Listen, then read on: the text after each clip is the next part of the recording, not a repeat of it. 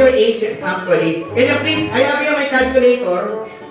Can you please type in the year that you were born? The year that you were born.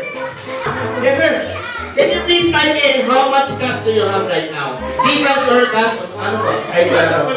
2,000, 3,000, 3,000. Last 5 digits, Daddy, can you please? Ay, wala po mag-type? Yes, sir. What's the last 5 digits? The answer is 1,104,107,545. Can you please testify po, Mami? The answer is 1. A number which is 110-410-7545.